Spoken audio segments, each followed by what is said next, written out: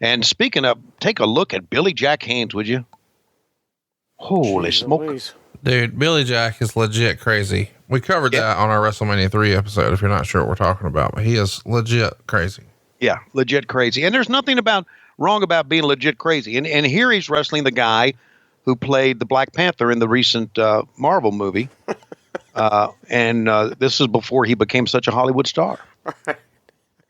They called him the Black Cat, and they went on to name a lot of fireworks after him as well. Thanks for laughing, Cassie. I got you. My goddamn jokes. I got you. I'm trying to subdue the laughter because apparently it's an awful laugh according to the internet. But damn it, you make me laugh. Yeah, thank you. Would Bob Geigel and Conrad Thompson get along?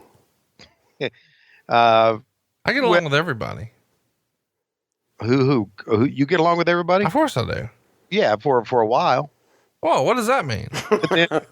then you get pissed off at people, and then. Would Bob Geigel have a beer with Conrad? Oh yeah, absolutely would. Yeah, only if Conrad was paying, which is usually the case anyway. Yeah, I was just gonna say you've got fucking alligator arms whenever that bill comes. That's right. I wasn't the only one. By the way, can I have another one, Conrad? Yeah. Here you go. Okay, thanks. What the hell? He just comes over and drinks all my shit too. You know, I've got that. What I call, instead of the big gold, the big cold in my garage. Yeah. So that giant commercial refrigerator filled with beer. He came into this room with a 6-pack today. So we'll see how many of those he gets through. And they're tall boys. It's a variety pack too. They're different flavors. Hey, I want to ask you about the belt that we just saw that Tully had.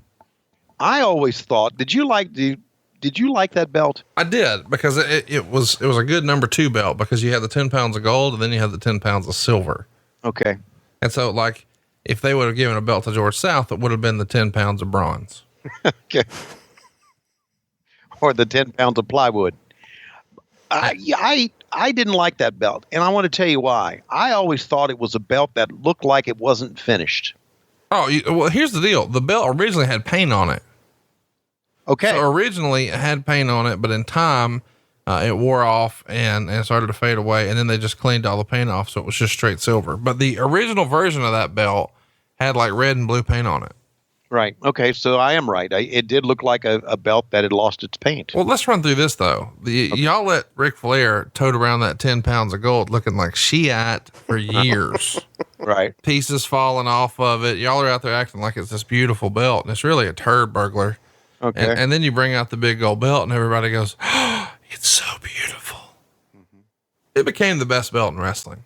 Well, okay. Whatever. But the fact is that the old 10 pounds of gold was not a turd. That was in turd condition. Okay. How about this referee, like actually checking the guy's shoulder? Who is this referee? He looks like the guy from Last Dragon. Is that Bruce Leroy? That's Bruce Leroy. Yeah.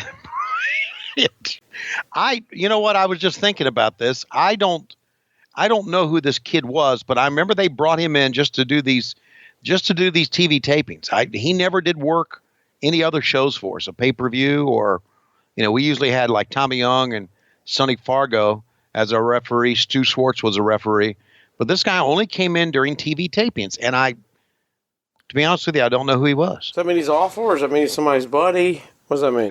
Yeah, it's somebody's buddy. Had to be. Hey, I want to look at this crowd. Of course it's studio wrestling, but I got to wonder what drew more fans, this whole studio wrestling here or MJF in any main event in the United States. It will probably be this.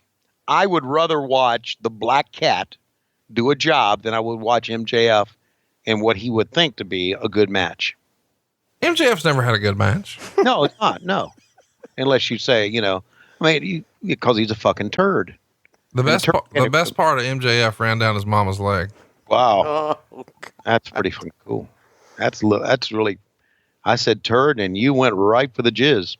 The jizz. Wow. Boy, you're just coming in hot today. Let me just tell you. He's hip to the Hey, let me just tell you how excited I am to have David Crockett at Starrcast, because we've got some of these old microphones. We've recreated this backdrop. It'll be you and David Crockett. That's something else.